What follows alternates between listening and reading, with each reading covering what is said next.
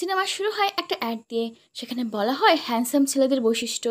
এইসব হ্যান্ডসাম ছেলেদের জন্য তো মেয়েরা পুরো পাগল। কিন্তু সমস্যাটা হচ্ছে যারা হ্যান্ডসাম না সেসব ছেলেদের। আর এই সমস্যা দূর করার জন্য নতুন একটা জিনিস তৈরি হয়েছে। এই জিনিসটির নাম ছিল হ্যান্ডসাম স্যুট। যে এই স্যুটটা পরবে সে যতই খারাপ দেখতে হোক না কেন, এটা পরার পর সে অনেক হ্যান্ডসাম হয়ে যাবে। তবে সেটা সারা জীবনের জন্য নয়, যতক্ষণ ওই স্যুটটা পরে থাকবে ততক্ষণ। অন্যদিকে আমরা গোলুমলু টাকরো নামে একটা লোককে দেখতে পাই। টাকুরো খুবই ভালো রান্না করতে পারতো, তাই তার একটা রেস্টুরেন্ট ছিল। এমনকি টাকুরো খুবই ভালো মনের মানুষ। সে সবার সাথে মিশে যেত আর সবার সাথে খুবই তাড়াতাড়ি বন্ধুত্ব করতো। কিন্তু সমস্যাটা হচ্ছে অন্য জায়গায়। সে যখনই কোনো মেয়েকে প্রপোজ করতো সব মেয়ে তাকে রিজেক্ট করে দিত। আর এর প্রধান কারণ ছিল সে দেখতে খুবই বাজে আর মোটা ছিল। সে এখনো অবধি 102খানা মেয়েকে প্রপোজ করেছে। তার মধ্যে 30টা মেয়ে তো কান্না করেই পালিয়ে গেছে। আর 25টা মেয়ে পুলিশকে কমপ্লেন করেছে যে এই লোকটা আমাদের ডিস্টার্ব করছে। আর মোটা হওয়ার কারণে তাকে নিয়ে অনেকেই মজা করে। একদিন সে যখন তার রেস্টুরেন্টে রান্না করছিল, তখন হিরোকোর নামে একটা মেয়ে আসে। হিরোকে দেখতে অনেক সুন্দর ছিল। সে এখানে এসেছে একটা কাজের খোঁজে। হিরোকে দেখে তার টাকুর মনে পুরো লাড্ডু ফুটতে শুরু করে। সে তার কিছু না দেখেই তাকে কাজে রেখে দেয়। তাছাড়া হিরোটা দেখতেও অনেক সুন্দর ছিল। তাকে দেখে তো অনেক লোক এই রেস্টুরেন্টে আরও বেশি বেশি খেতে আসবে। কাজ করতে করতে হিরোটা যখন টাকুরার দিকে তাকাতো তখন টাকুরার মনে হতো হিরোটাও তাকে পছন্দ করে। একদিন একটা লোক হিরোটাকে জিজ্ঞাসা করে, তুমি এই রেস্টুরেন্টে কেন কাজ করছো? শহরে তো আরো কত ভালো ভালো রেস্টুরেন্ট আছে, তুমি দেখতে এত সুন্দর, সেখানে তুমি কাজ পেয়েই যাবে। তখন হিরোটা বলে কয়েক মাস আগে সে তার বাবার সাথে এখানে খেতে এসেছিল। তখন একটা লোক টাকা ছাড়াই খাবার খায়। রেস্টুরেন্টের একটা লোক তাকে তো মারতে শুরু করে, কিন্তু তখনই সেখানে টাকুরও চলে আসে। আর সেই লোকটাকে বলে তুমি আস্তে আস্তে পরে টাকা দিয়ে দিও। টাকুরোর এই ভালো মানুষই হিরোটার মন জয় করে নেয়। আর এই কারণে সে এই হোটেলে কাজ করতে এসেছে। এই গল্প শুনে ওই লোকটা হেসে বলে, তাহলে তোমার আর ওর মধ্যে কিছু একটা হতেই পারে। এরপর দেখি টাকুরও ওর দুই বন্ধুর সাথে দেখা করে।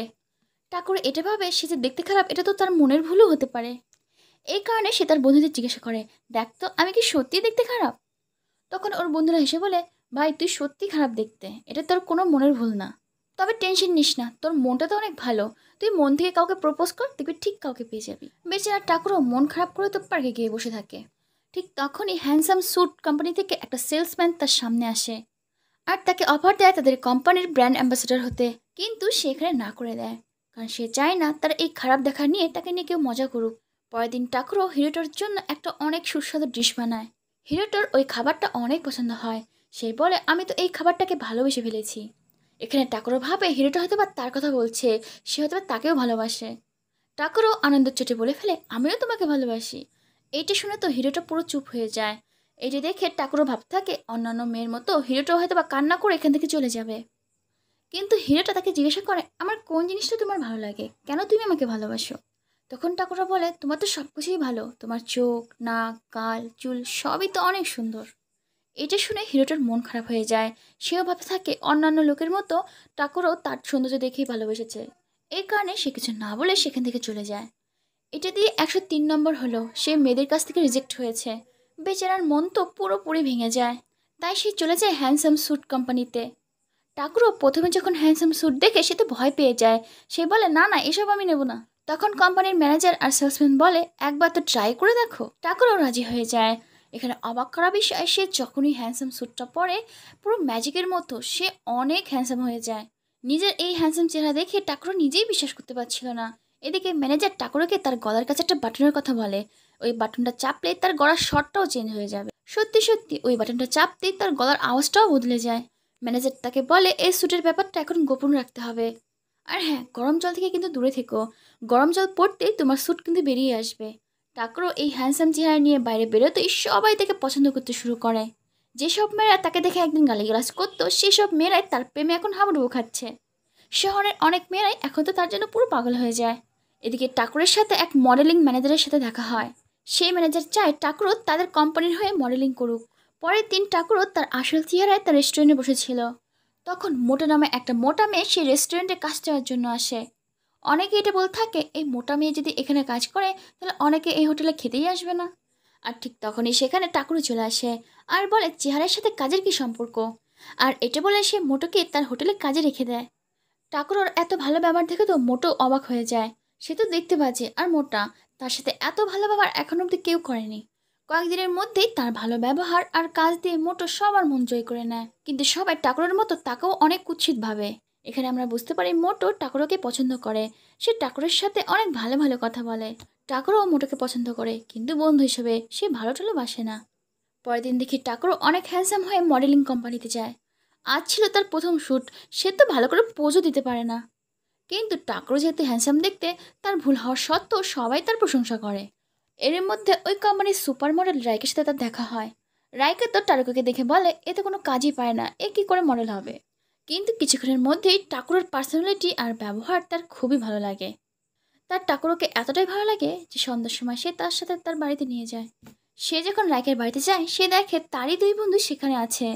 তার মানে টাকরোর বন্ধু আর রাইকার বন্ধু একই। সেখানে টাকরো নিজের হাতে রান্না করে সবাইকে খাওয়ায়। হঠাৎ করে টাকরোর গলার আওয়াজ বদলে গিয়ে তার আসল গলার আওয়াজ বের হয়। তার আওয়াজ শুনে তার বন্ধুরা বলে এ তো টাকরোর আওয়াজ।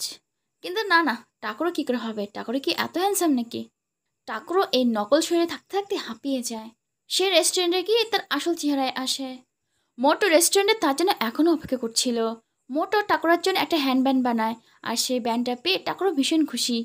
দুজনেই একসাথে কাজ করতে থাকে, আর তাদের হাতের উপর হাত চলে আসে। এখানে তাদের দুজনের মধ্যে কিছু একটা ফিলিংস আসে, কিন্তু তারা দুজনেই চট করে হাত সরিয়ে নেয়, আর সেই জিনিসটা খেয়ালই করে না। এরপরে দেখি টাকরো অনেক মডেলিং করে, সে অনেক অ্যাডও শ্যুট করে। শহরে শহরে তার পোস্টার টানানো, আর মেয়েরা তো তার জন্য পুরো পাগল। এখন সে তার স্বপ্নের জীবনে আছে। সে এখন যে কোনো মেয়েকে তার গার্লফ্রেন্ড বানাতে পারে। এমনকি সুপার মডেল রাইকাও তার প্রেমে পড়ে যায়। কিন্তু আমাদের টাকরার মনে তো এখনও হিরোটাই আছে। সেভাবে সে তো এখন দেখতে সুন্দর আর সাকসেসফুল হয়ে গেছে। তাই সে হিরোটার সামনে যায় আর তাকে প্রপোজ করে। কিন্তু হিরোটা ভাবতে থাকে এ আবার কোন পাগল, বলা নেই কারণেই প্রপোজ করে দিল। আর হিরোটা কিছু না বলেই সেখান থেকে চলে যায়। এর পরের দেশে দেখি মোটো আর টাকুরো বাজারে গেছে। সেখানে টাকুরোর মন খারাপ ছিল। এটা দেখে মোটো বলে চলো আমরা একটা গেম খেলি। এই পার্কের মধ্যে যারা হাসি খুশি তাদের ছবি তুলি। প্রথমে তো টাকুর অত ভালো লাগছিল না, কিন্তু সে যখন ফটো তুলতে শুরু করে তার মন ভালো হয়ে যায়। আর এখানে টাকুরও বুঝতে পারে ছোটো ছোটো খুশি এর মধ্যেই লুকিয়ে আছে। এরপরে মোটর ঠাকুরের একটা ছবি তোলে আর বলে হাসি মুখে তোমাকে কত ভালো লাগে। ওই ঘটনার পর থেকে মোটেকেও তার ভালো লাগতে শুরু করেছে। তার শুধু মোটের কথাই মনে পড়ে, এমনকি তার ছবির দিকেও হা করে তাকিয়ে থাকে। পরের দিন শুটিংয়ের পর রাইকার সাথে সে যখন গাড়িতে বসেছিল, তখন রাইকা তাকে কিস করে। সে রাইকাকে ভালোবাসে না, কিন্তু জীবনের প্রথম কোনো মেয়ে তাকে কিস করলো। এত বছর পর একটা মেয়ের সাথে গুলুগুলু করার সুযোগ পেয়েছে, এটা কি কেউ ছাড়ে? তারা একসাথে সময় কাটানোর জন্য রাইকার বাড়িতে যায়, কিন্তু সেখানে বারবার টাকুরো শুধু মোটর কথাই মনে পড়ছে। সে রাইকাকে বলে তুমি একটু দাঁড়াও, আমি একটু স্নান করে আসি। এখানে টাকুরো গরম জলে স্নান করে। সে ভুলেই গিয়েছিল গরম জলের কারণে তার সুটটা বেরিয়ে আসবে। গরম জল পড়তেই তার আসল চেহারা চলে আসে। সে তো কোনোভাবে রাইকার চোখ ফাঁকি দিয়ে সেখান থেকে পালিয়ে আসে। পরের দিন তার যখন রাইকার সাথে দেখা হয়, রাইকা তো তার উপরে প্রথমে খুবই রেগেছিল, কারণ এভাবে কোনো পুরুষ মানুষ তাকে ছেড়ে যায়নি। কিন্তু টাকুরের এই লাজুক স্বভাব তার বেশি ভালো লাগে, আর সে তাকে আরও বেশি পছন্দ করতে শুরু করে। এদিকে ম্যানেজার টাকুরকে জানায় এখন থেকে তাকে র্যাম্প ওয়াক করতে হবে, আর এই র্যাম্প ওয়াক করলে তার নাম আরও অনেক বেড়ে যাবে, আর সে আরও অনেক কাজও পাবে। এরপরে টাকুরাকে একটা শ্যুটের জন্য গরম জলে স্নান করতে হতো, কিন্তু গরম জল দেখে বাবাজি এটা সেটা বলে সেখান থেকে চলে যায়। সেখানকার সবাই তো অবাক যে এর আবার কি হলো। এদিকে সেখানে একটা মডেল ছিল যে কিনা টাকুরকে দেখে অনেক হিংসে করতো। সেভাবে এখানে কিছু একটা গড়বড় আছে, ব্যাপারটা দেখতে হচ্ছে। রাতে টাকুরও তার জন্মদিনের জন্য অনেক বড় একটা পার্টি রাখে। সেই পার্টিতে অনেক লোক এসেছিল। সেদিন একটা মডেলিং কোম্পানির সাথে মডেলিং করার জন্য 50 লাখ টাকার একটা কন্ট্রাক্ট হয়। এটি দেখে টাকুরও ভীষণ খুশি, কিন্তু তখনই অন্য মডেলটা টাকুরের উপরে গরম কফি ফেলে দেয়। কিন্তু ভাগ্য ভালো থাকায় তখনই লাইট চলে গিয়েছিল। সেই সুযোগে টাকুরও সে পার্টি থেকে বেরিয়ে যায়। গরম কফির কারণে তার স্যুট খারাপ হয়ে গেছে। তাই সে তখনই সেই কোম্পানিতে যায় তার স্যুট ঠিক করার জন্য। তখন সে কোম্পানির ম্যানেজার তাকে এমন একটা স্যুট দেখায়, সেই স্যুটটা পরলে সে পার্মানেন্ট হ্যান্ডসাম হয়ে যাবে, কিন্তু তার বদলে সে তার আসল চেহারাটাই হারিয়ে ফেলবে। অনেক কিছু ভাবার পর টাকুরও সেই স্যুটটা কিনেই নেয়। বাড়িতে যাওয়ার পথে একটা মেয়ের সাথে তার ধাক্কা লাগে।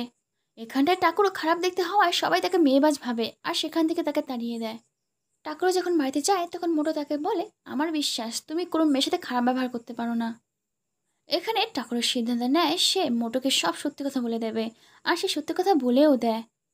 সব শুনে মোটো সেখান থেকে চুপচাপ চলে যায়। আর একটু পরে সেখানে হিরোটা আসে। হিরোটা তাকে বলে তোমার সাথে আমার কথা আছে। সে বলে তুমি যেদিন আমাকে প্রথম প্রপোজ করেছিলে সেদিন আমি খুবই খুশি হয়েছিলাম। কিন্তু হিরোটার এই কথা শুনে টাকুরও আরও রেগে যায়। সে বলে তুমি আমাকে নিয়ে মজা করছো তাই না? ঠিক আছে, এখন থেকে আমি ওই পার্মানেন্ট স্যুট পরে সবাইকে দেখিয়ে দেবো আমি কি করতে পারি। টাকরও সেই স্যুটটা পরে মডেলিং করার জন্য যায়। আজ র্যাম্প ওয়াক আছে, কিন্তু সে তো শুধুমাত্র মোটর কথাই ভাবছে। অন্যদিকে দেখি রাস্তা পার হওয়ার সময় একটা মোটরসাইকেলের সাথে মোটর অ্যাক্সিডেন্ট হয়। যখন টাকরও মোটর অ্যাক্সিডেন্টের কথা জানতে পারে সে সেখানে স্তব্ধ হয়ে যায়। তার র্যাম্প ওয়াক শুরু হয়ে যায়, কিন্তু সে মাঝখানে দাঁড়িয়ে পড়ে। আর মোটর সাথে কাটানো সব ভালো ভালো স্মৃতি তার মনে পড়ে। সে বুঝতে পারে তার এই নাম ধাম কিচ্ছু চায় না, সে শুধুমাত্র মোটর সাথে সুখে থাকতে চায়। সে র্যাম্প ওয়াক ছেড়ে সেখান থেকে চলে আসে, কিন্তু তার পার্মানেন্ট স্যুট কোনোভাবে বের হচ্ছিল না। সে এমনিতে এমনি যে করে হোক একটা ছুরি দিয়ে সেই স্যুটটাকে মাঝখান থেকে কেটে সেই স্যুট থেকে বেরিয়ে আসে। সে তাড়াতাড়ি হসপিটালে যায়। সেখানে গিয়ে জানতে পারে মোটর তো কিছুই হয়নি, উল্টো যে বাইক চালাচ্ছিল সেই আসলে আঘাতটা পেয়েছে। সে মোটরকে ঠিকঠাক দেখে ভীষণ খুশি। কিন্তু আমাদের টাকরো তো তখন মাথায় আকাশ ভেঙে পড়ে যখন সে দেখে যে মোটো স্যুট খুলছে। আসলে মোটো আর হিরোটো একই। এতদিন হিরোটো এই স্যুটটা পরে মোটো সেজেছিল, কারণ সে জানতে চায় সত্যি তার এই মোটা চেহারায় তাকে কেউ ভালোবাসে কিনা। যে তাকে এই মোটা চেহারায় ভালোবাসবে সেটাই আসল ভালোবাসা। সে এখন বুঝে গেছে সে মোটা হোক আর চিকেন হোক, টাকরো তাকে সত্যিই ভালোবাসে। আর এখানেই তারা দুজন একে অপরকে তাদের মনের কথা বলে। আর এই সুন্দর সিনেমাটা শেষ হয়ে যায়। বন্ধুরা, তোমাদের যদি এই সিনেমাটা ভালো লেগে থাকে তাহলে অবশ্যই একটা লাইক করে কমেন্ট করতে ভুলো না।